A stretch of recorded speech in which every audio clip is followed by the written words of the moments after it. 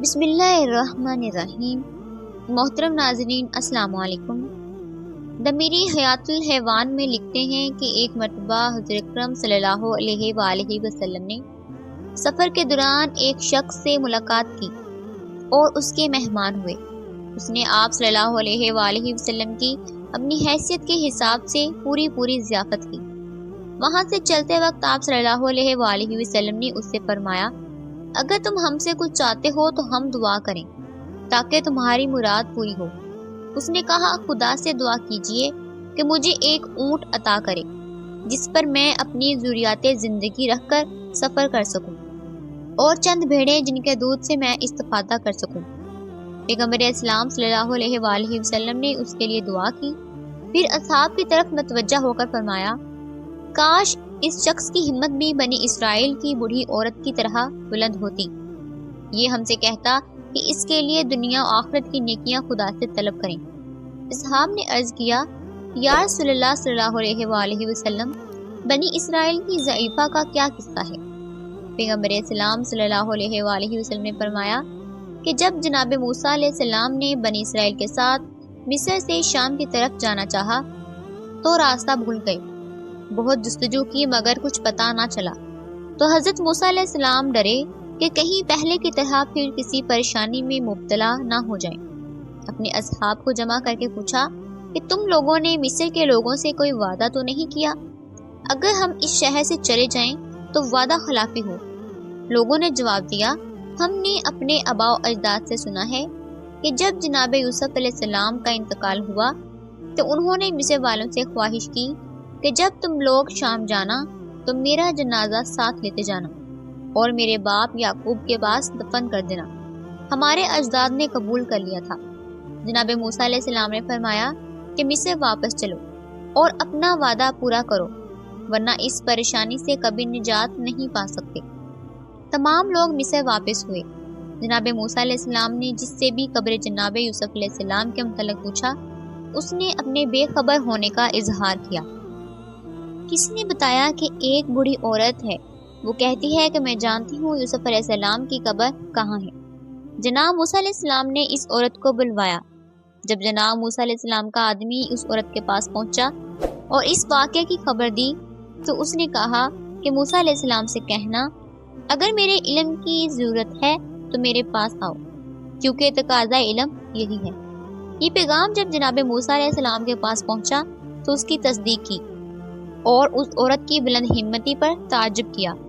پھر خود اس عورت کے پاس آئے اور جناب یوسف علیہ السلام کی قبر کے بارے میں پوچھا۔ عورت نے جواب دیا، اے موسیٰ علیہ السلام، علم ایک قیمتی چیز ہے، 23 سال سے میں نے اسے اپنے سینے میں چھپا رکھا ہے، میں اس وقت تک تمہیں نہیں بتاؤں گی جب تم میری 3 باتیں مان لو گے۔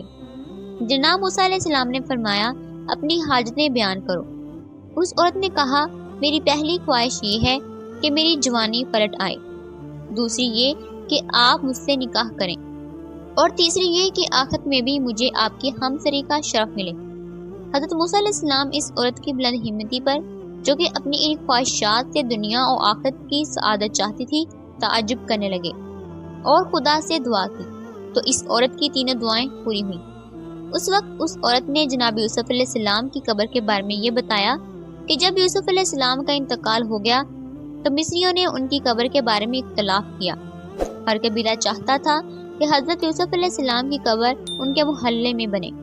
اختلاف اتنا بڑھا کہ قریب تھا کہ تلواریں چلنے لگے۔ اختلاف دور کرنے کے لیے طے پایا کہ حضرت یوسف علیہ السلام کا جسم اطہر ایک سنہری تابوت میں رکھ کر اس کے سوراخ بند کر دیے جائیں اور دریائے نیل میں دفن کر دیا جائے، تاکہ دریائے نیل کا پانی قبر حضرت یوسف علیہ السلام کے اوپر سے گزرے اور ہر جگہ پہنچے، تاکہ سب لوگ ان کی قبر کے فیض سے استفادہ کریں۔ پھر جناب موسیٰ علیہ السلام کو ان کی قبر دکھائی۔ جناب موسیٰ علیہ السلام نے وہاں سے تابوت جناب یوسف علیہ السلام کو نکال کر بیت المقدس سے 6 فرسخ دور، جو جگہ خلیل المقدس کے نام سے مشہور ہے، قبر جناب یعقوب علیہ السلام کے سامنے جناب ابراہیم علیہ السلام کے پاس دفن کر دیا۔ صدام ابن ابی فراز لکھتے ہیں کہ سلمان فارسی رضی اللہ تعالیٰ عنہ جب مرض الموت میں مبتلا تو حضرت سعد رضی اللہ تعالیٰ عنہ ان کی عیادت کے لیے گئے۔